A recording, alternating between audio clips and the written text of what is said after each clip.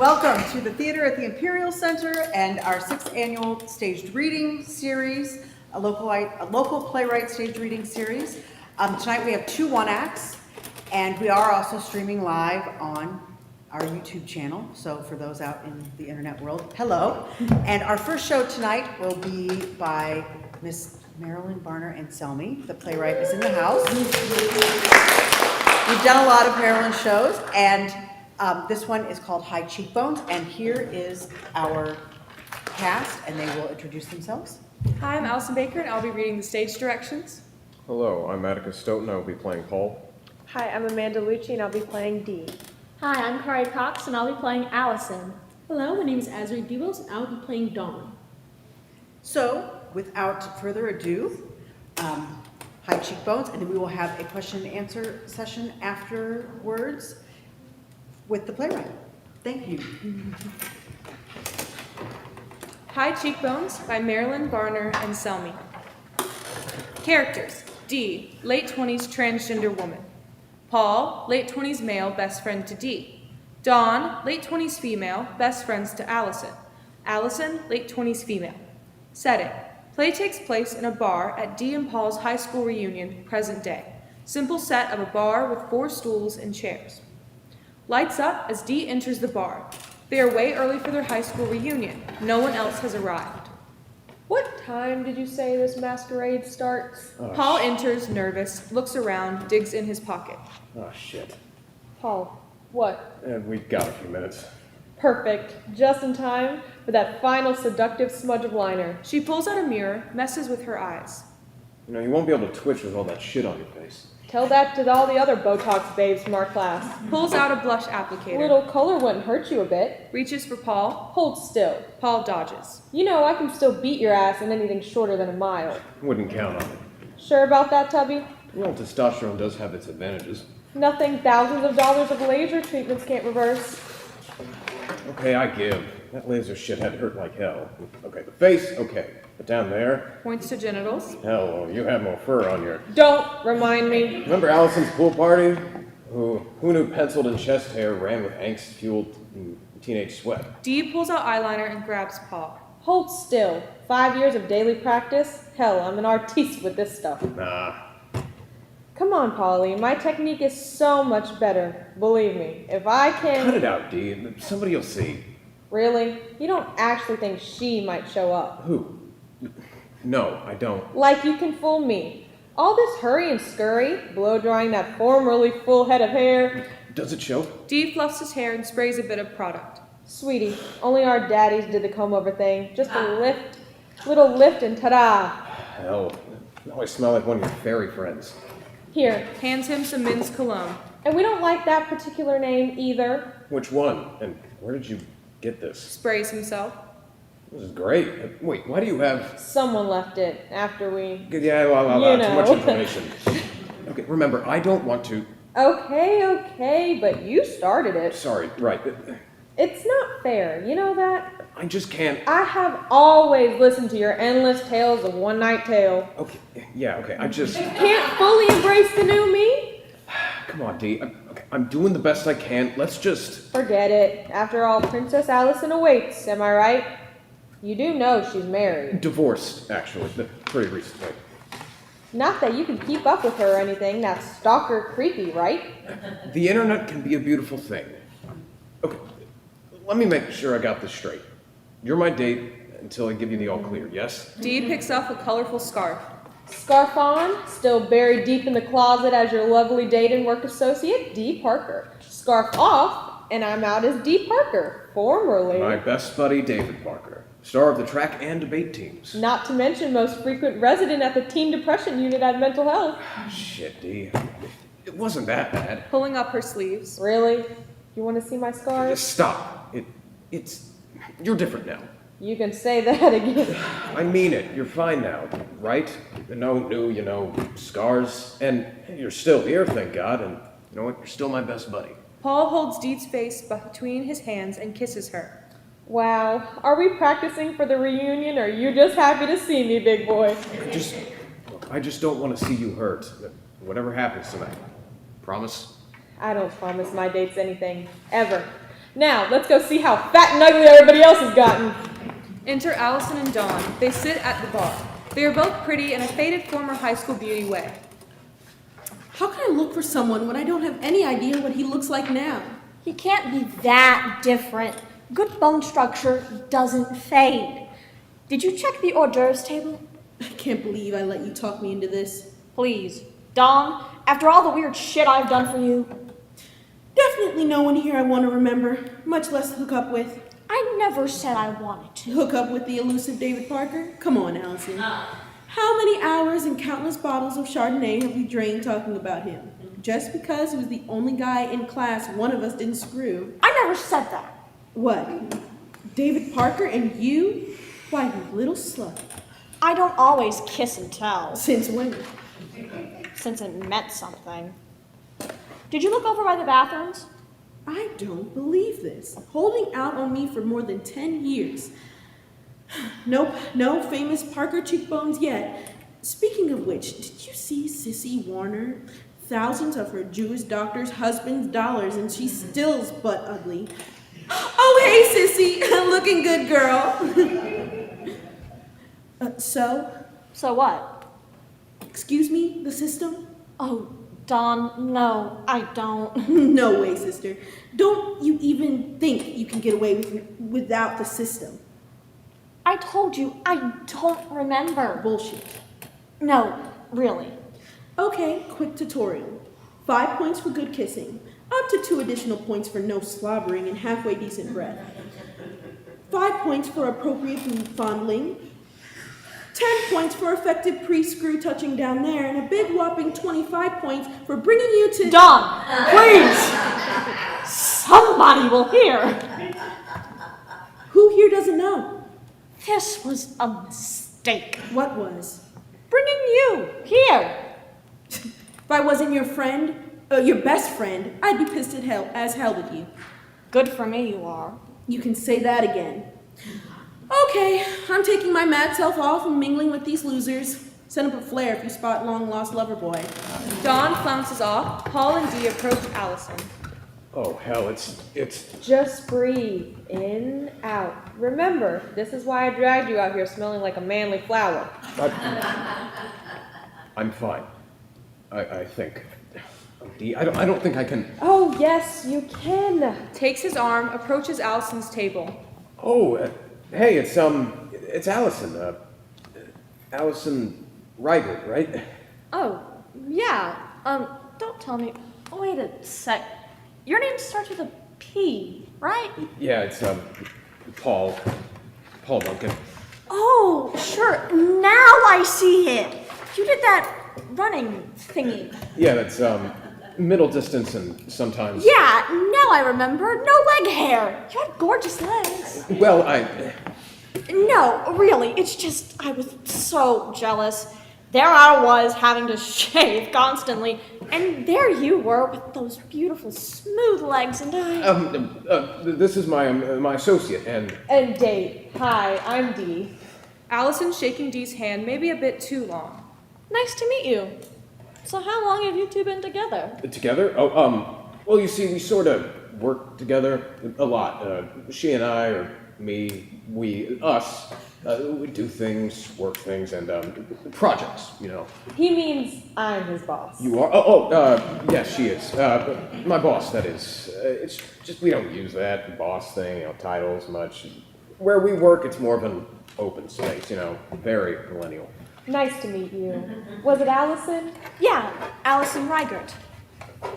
Oh, you didn't change? Change what? Oh, I heard from somebody that, you recently split up. I kind of assumed that you kept his name. Never took it. Good for you. Really? I didn't take it for someone who, I guess... Keep my name. Yeah. The only thing I managed to hang on to. I hear that. Didn't it piss him off, your husband, or the ex-husband, I mean? Paul, honey, why don't you run over to the hospitality table and get us all some drinks? Allison, white wine? I'd love one. In fact, bring the whole bottle if you can. Go on, baby. We're fine. Paul leaves. Is that weird? What? dating an employee. You have no idea. They sit a while. Allison continues to look around. Looking for someone? What? Oh, sorry. Yeah, I don't think he's going to show. Old flame? Sort of someone I can't seem to forget, no matter how much I try. Probably, truth be told, main reason my marriage didn't last. Really? How sad. For me, yep. And maybe for him, who knows? Unfinished business, you know? Pulls her shirt over her forearms. Oh, yeah. I'm an expert on that topic. So this person, why is it so important to see him again? One time, long time ago, obviously, we, hooked up. It's just a one-time thing. Sorry, don't know why I'm telling you all this old shit. It's okay, honey.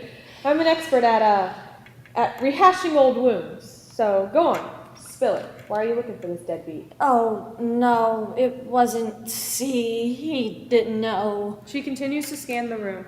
You gotta give me more than that, honey. Didn't know what? Him and me have a son.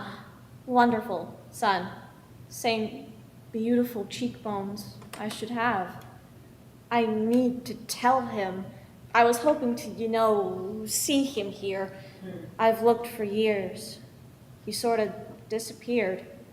I thought maybe here. Dee gasps and removes her scarf, reaching for Allison's hand. The end.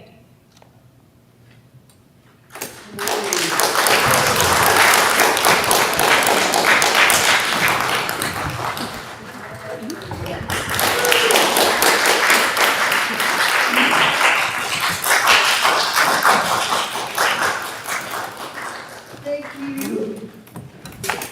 Marilynn, would you like to come up to the stage? And No, I'm too much too shy.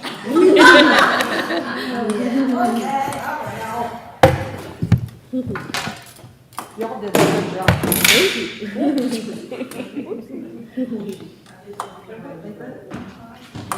we did, we got 2 readings. Yes. Good job, y'all. Thanks. Okay, hit me. Well, just start by telling us a little bit about why. Actually, tell us a little bit about your journey, your playwriting journey. This Oh is not gosh, oh my. How many hours do we have?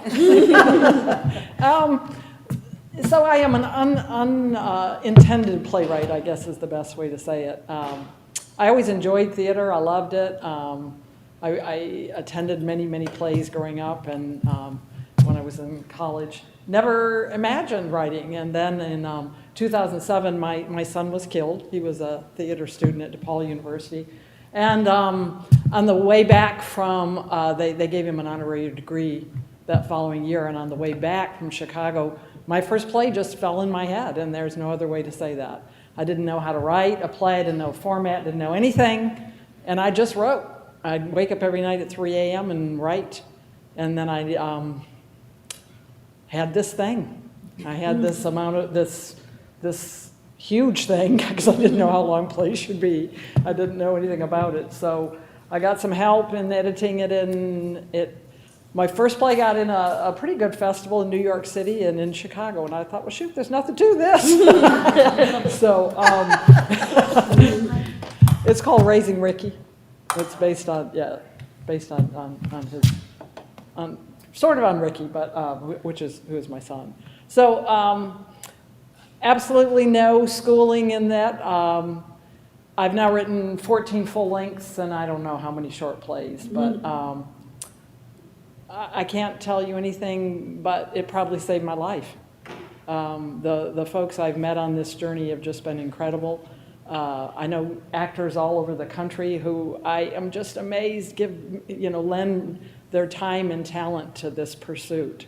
So I've met one of those people certainly is Brooke, who we are so fortunate to have here. And y'all we're great. Imagine what they could do if they actually practiced.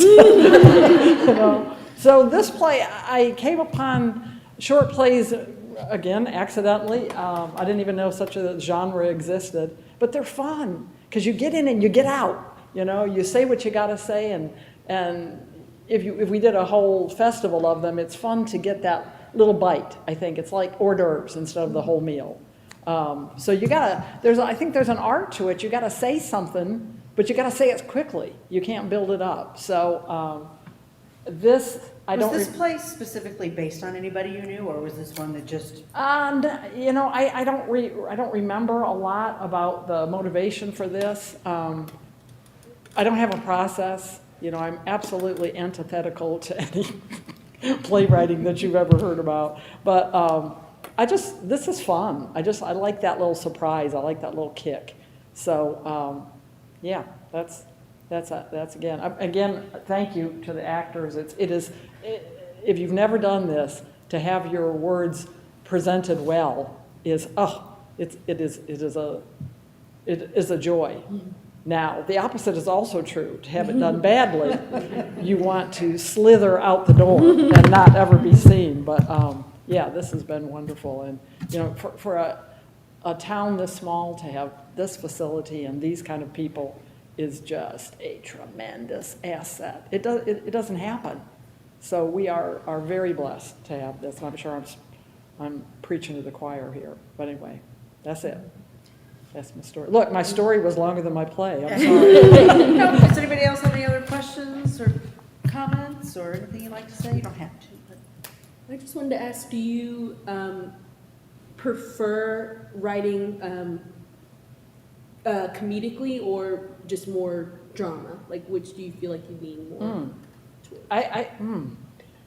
I think even in my most serious plays, there's a little funny, because you can't have all. Well, you can, but it seems to me to drag things down. So I'm naturally a little bit comedic, I think. So, yeah. But this is maybe my funnier play. Would you say that's right, Jan? Yes. Yeah. Because also, I think you also take on topics that a lot of people are afraid to take on. Yeah.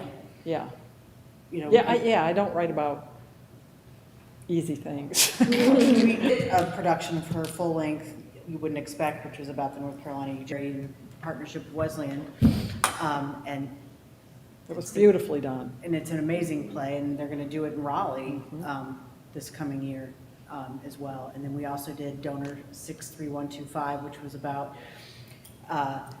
infertility issues and sperm donors and controversy around that.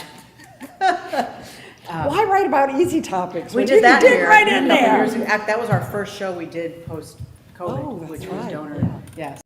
Atticus, but this is a great story. I like it. I want to know what happens next. I do too. Well, that's the if you know you've done your job, if at the end of any play, but particularly a short one, a 10-minute play, if they want to know more, I do. you know, it's not like, oh God, when is this over? So yeah. All right, cool. Thank you all so much. Selection process for the readers. For the cast? Well, tonight was interesting because of the storm and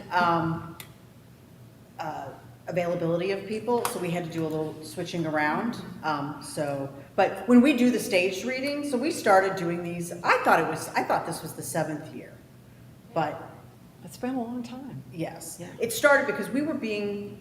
And we might be off because of COVID, although we did it the year of COVID because we streamed it. We did everything. We did live from Imperial Center the year and a half we were closed. But for our stage reading series, we just kind of open it up to the public and we say, would you like to come? We've got these plays that came in. We decide which ones we're going to do. And then we usually do, I think Azurae sends out an email blast and gets on Facebook and asks people to come out and be a part of it.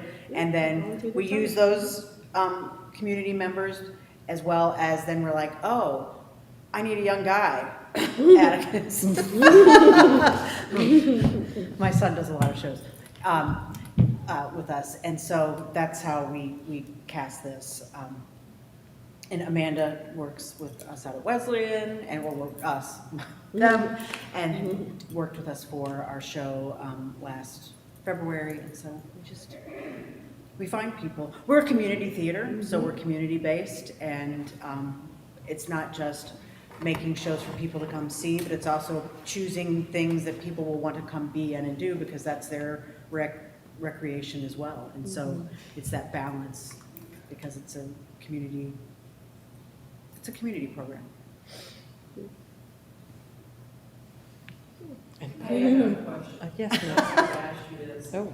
Does Dee ever, you just tell me what you think, does she take support of the child? Does she? I had the question is the child still alive?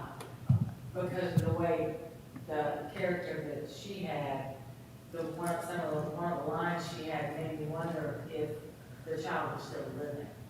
So I wasn't even sure. I wonder what line that is. I wonder what line that was. I think it's We Had a Son. Yes. We had a son. Yeah. It wasn't a had, we had, No. here it sounded like we had a son. I mean, So I did not know if that was. have a son. What's the line?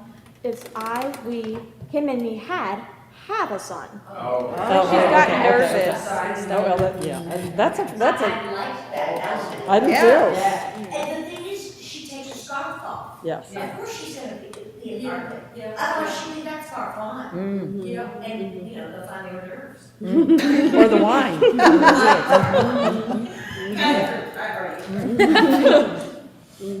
That's a ball.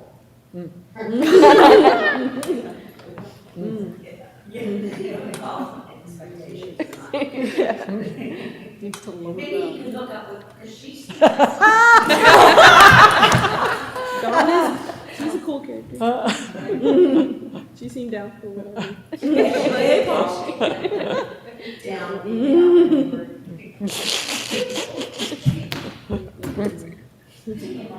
Anybody else? Actually, TMI, that's tomorrow. Well, thank you. Thank you all so that was much. fun. Yeah. And thank you, all. actors, and we have another Absolutely. cast waiting backstage for our next show. Thank you, thank you, thank Called you. Herd Mentality.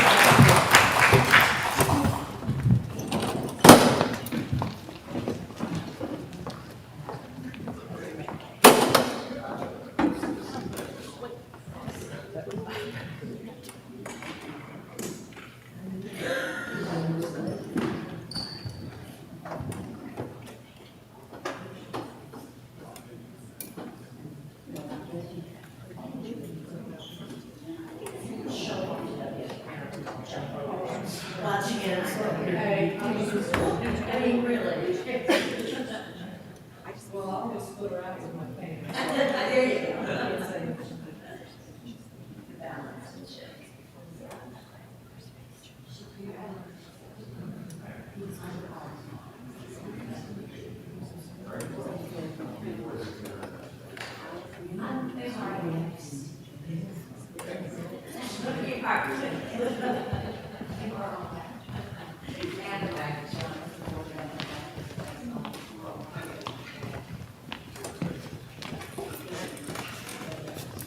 And now we have a one act called Herd Mentality by, I just looked at it, this is great, I can't, by Allison Fradkin.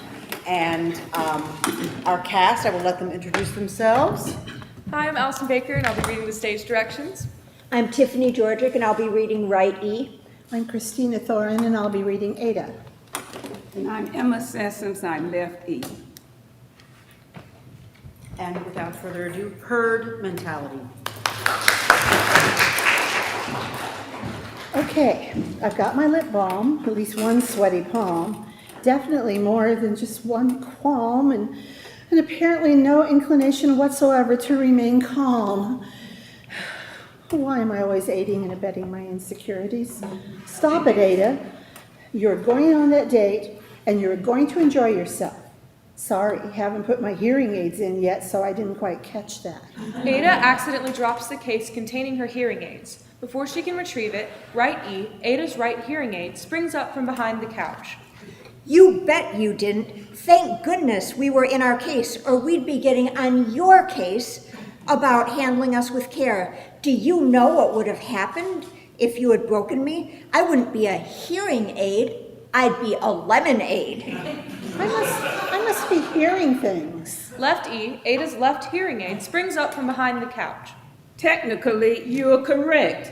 You are nouns. and of the available options, person, place, or thing. Thing is the most accurate. And if you're hearing things, I'm glad to hear it. Wow, our first day on the job, and already we're getting an exemplary performance review. Working ear to ear, what a way to make a difference. Hear, hear. I've got skills, I'm amplifying. Think of us not as a band-aid, but as an aid band. Why are you looking at us like we're several bristles short of a wax removal brush? You're the one who has an ear for music, Ada. You are Ada, aren't you? ADA, aka Americans with Disabilities Act, which you totally do, you stage taker, you. Is this thing on? Trying to adjust their own volume settings. I thought we were working right. I'm working right, you're working left. Maybe she's broken. Or maybe she just doesn't talk to strangers. Oh, well in that case, hi, I'm right E. That's 2 words, actually 1 word, 1 letter, but... And I'm left E, hence the blue dot on me and the red dot on my partner over there. As they say in improv, yes, and the E stands for ear because, are we ear-splaining? Hey, at least we're not ear-splitting. We will never ever split. You are our person now. Thank you. And welcome. Good to have you here. It's good to have you here. She likes us. Epic fail foiled. Phew, you really made us sweat it out, girl. Can you unscrew the cap on our little dehumidifier and gently place me onto our foam top for some serious desiccating, please? I miss my analog hearing aids. In all the years we were together, they never talked back. Sure, they just squealed on me sometimes, but wait a minute, this is just my internal monologue, isn't it? I think I can't hear myself think. Instead of saying I can't hear myself think, I get to say I can hear myself think. That's the audiologist of it. Besides, inanimate objects come to life all the time. The furnishing and the flatware in Beauty and the Beast. The flesh-eating Flora in Little Shop of Horrors. The washer, the dryer, and the bus in Caroline or Change. Anyone involved in musical theater as much as you are should know that. You are not anthropomorphobic, are you, Ava? It's Ada. Hey, you two are good. Consonants have been a constant source of irritation, but I actually detected the difference that time. You heard it here first. I beg your pardon. This is a team effort. You are not first aid. Let's ask Hearing Ada what she thinks. Oh my gosh, that was my nickname in elementary school when I got my first pair of hearing aids. I was never sure whether it was a compliment masquerading as an insult or an insult masquerading as a compliment. Well, if you're looking for someone to tell you what you want to hear, look no further. Are we accommodating or what? Speaking of dating, what do you and your date have planned for this evening? First, we're going to a restaurant, which I hope won't be jam-packed, because then I'll have to adjust your settings to reduce the noise and help narrow my focus, and... Don't panic. We will aid you in maintaining your equilibrium. Yes, we are here for you. No, that's ungrammatical. We are hearing for you. We will filter out all the surrounding combos and all the no-nos. I have no filter. I know. But fear not. For you, Ada, I will let my volume control freak flag fly. Mark my words.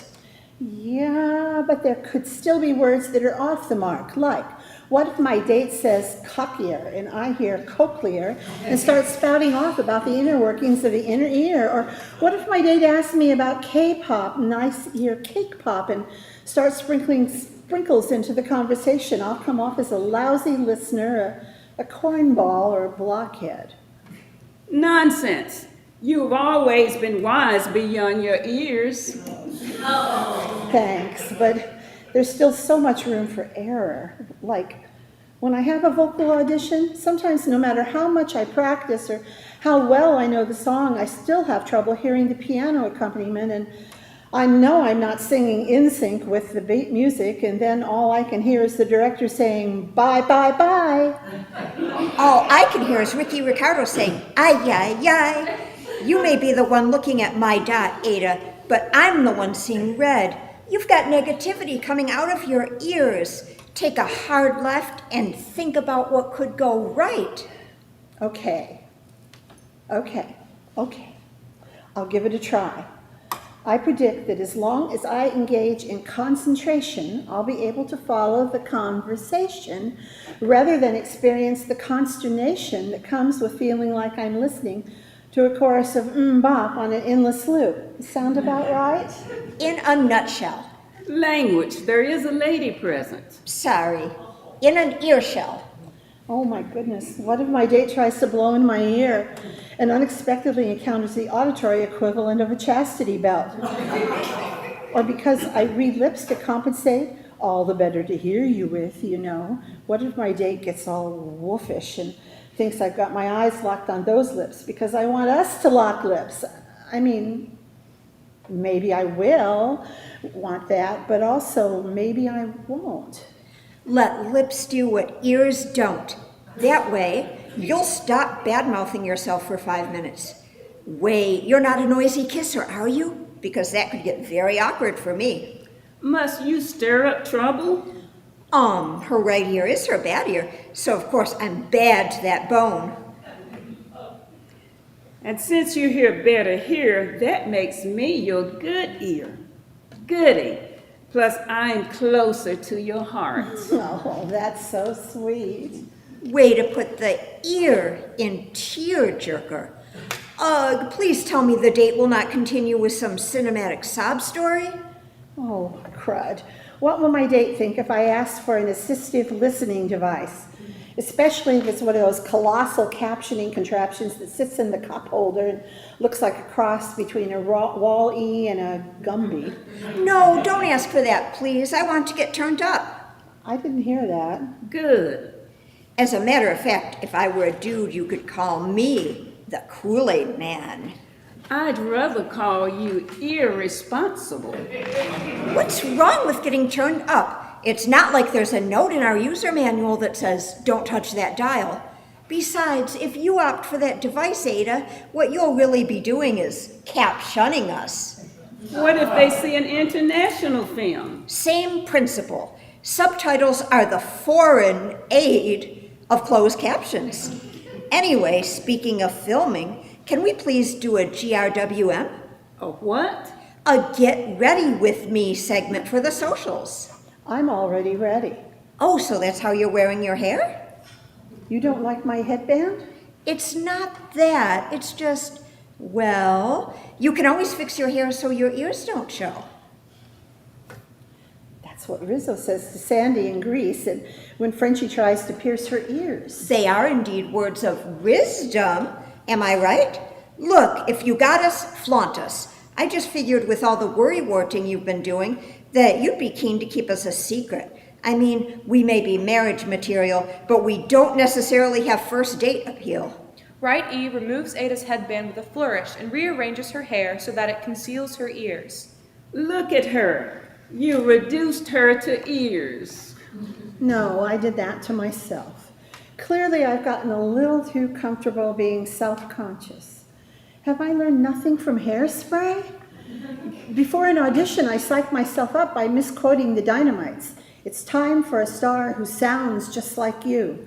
So why not psych myself up for a date by misquoting Tracy Turnblad? People who are different, their time isn't coming, Their time is now. Now, if you don't mind, righty, and if you do, I'll be hopping back on the head bandwagon. Thank you very much. If my date seems dismayed by either aid, I simply won't hear of it. I'll just take my cue from Nellie Forbush and drum him out of my dreams, because that's one battery door closes and another one opens. Isn't that correct, my nearest and dearest? It sure is. Wow. I had no idea how much I needed to hear that. Same here. Well, how do you like that? You broke me after all. Ada removes a tin of mints from her purse, opens it, and hands one to Right E. Here, this ought to fix you. What is this, a chill pill? No, silly. It's a hearing impairment. Bye, bye, bye. Ada exits with everything but her hearing aids. She has to take us out. Yes, but first she has to put us in. Left E retrieves the hearing aid case from behind the couch. Ada enters and takes the case from Left E.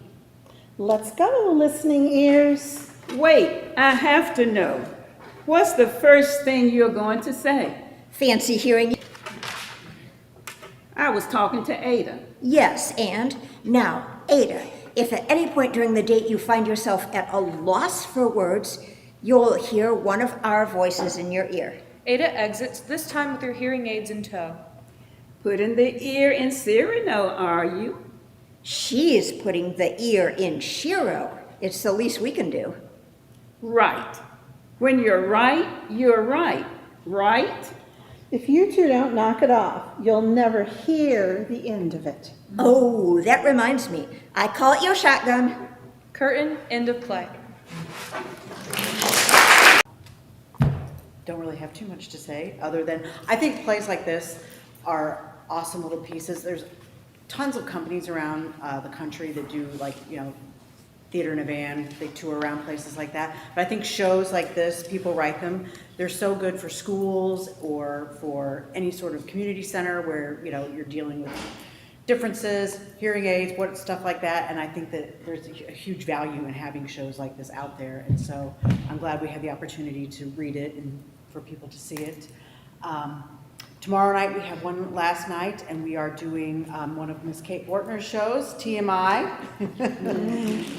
and another one of Allison's shows called Checkerboard Girls.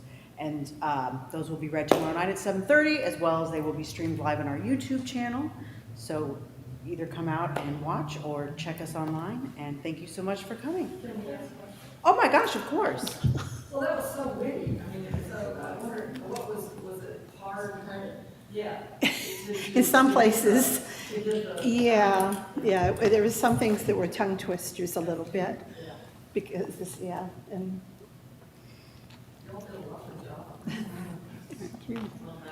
But it was fun. It was fun. It really was. Yeah. We didn't even, the first time we read it, I think, realize what all the different puns and things were.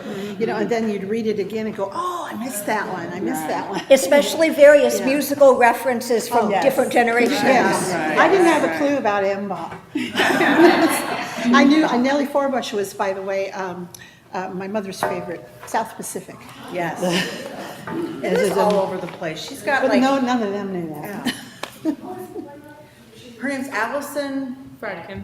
Is it Fradkin? Yeah, Allison Fradkin. Fradkin. Yes, I had personally never met her. She sent us in a couple of shows, and they were really sweet and fun and cute, and they both have little messages about them. So please check in tomorrow night to see Checkerboard Girls. But I love this one because I love a good pun anyway. Checkerboard Chicks. Checkerboard Chicks. It's a line from Hairspray. And once you listen, when you hear it tomorrow night, you'll understand why. Yeah, I really Yes. love the fact in this that it was so many different, she grabbed it from different generations.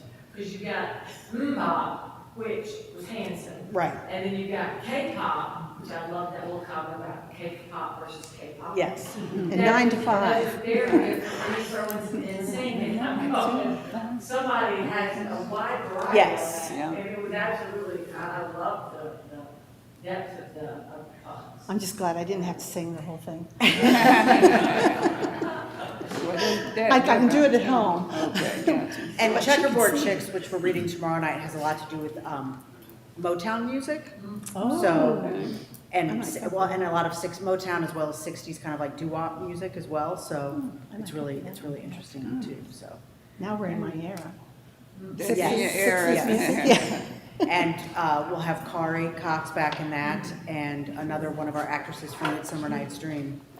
And let me take a moment to plug that. We're in rehearsals for Midsummer Night's Dream right now, as well as doing our stage reading series. And yes, it's going to be really good, and it opens on the 10th, or the 10th of October. Yes, 10th, 11th, 12th, and 13th of October. So come out and see that as well. I hope you can see it. There's always something going on here at the Imperial Center. That's good. Thank you so much, ladies, for your time, and thank you, audience.